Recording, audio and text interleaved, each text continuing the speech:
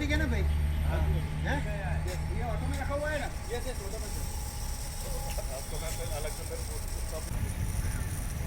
अब बाजू में केम चालू ना थयो? चलेगा चलेगा आपका बाजू में जो है ना मिरर है ना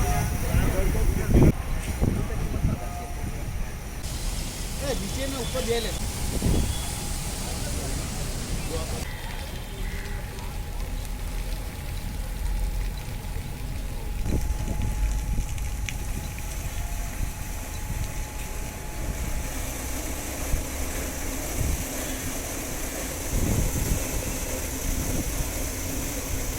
NB Sisodia, chief mechanical engineer, Gujarat રાજ્ય માર્ગ વ્યવહાર નિગમમાં કુલ 80 જગ્યાએ મોટા મોટા જે જિલ્લા કક્ષાના જે ડેપો છે ત્યાં બસો તાત્કાલિક અસરથી બહારથી સફાઈ થાય તેની માટેના ઓટોમેટિક વ્હીકલ મશીન લગાવવાનો એક પરચેસ ઓર્ડર આપવામાં આવે છે. એમાં ખાસ કરીને ઇન્ટરનેશનલ ટાઈપની કંપની જે ITS LG અને ઓરિએન્ટલ બેમાં બે પેઢી પાસેથી આ AWS ઓટોમેટિક વ્હીકલ મશીન લગાવવાની કાર્યવાહી ચાલુ છે.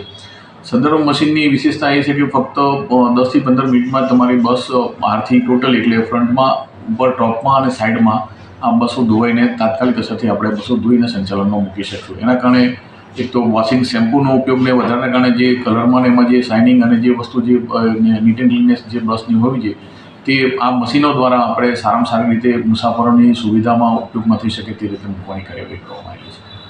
બસની સફાઈ માટે પણ અમે દરેક ડેપો ઉપર ડેલી વેજર થ્રુ અમે માણસો રાખેલા છે, જેથી કરીને અંદરથી બસની જે એન્ડ પોઈન્ટ ઉપર અમારી જે બસો સર્વિસમાં આવે તેની અંદરથી ટોટલી સફાઈ થાય અને બસો સંચાલનમાં મૂકે તેનું માટેનું પણ આયોજન કરેલું છે. અને તે મુજબ અમે દરેક ડેપો ઉપર લગભગ 4 થી 5 માણસોનું મેન પાવરનું આયોજન કરીને દરેક જગ્યાએ આયોજન કરેલું છે, જેથી કરીને સંચાલનમાં મુકાતી બસો નીટ એન્ડ ક્લીન જાય. આ ઉપરાંત એન રૂટ ઉપર જે રૂટમાં સંચાલનમાં ચાલુ હોય તેવા વાહનોમાં મોટા જિલ્લા કક્ષાએના, ધારો કે અમદાવાદ છે, મેજર, બરોડા, સુરત અને આવા દરેક બસ સ્ટેશન ઉપર પણ રેલવેમાં જે રીતે સફાઈ થાય છે તે રીતે અંદર પણ માણસો સફાઈ જે ચાલુ રૂટ દરમિયાન પણ સફાઈ કરવાની કામગીરી માટે માણસો એન્ગેજ કરીને કાર્યવાહી દરેક ડિવિઝન ઉપર ચાલુ છે.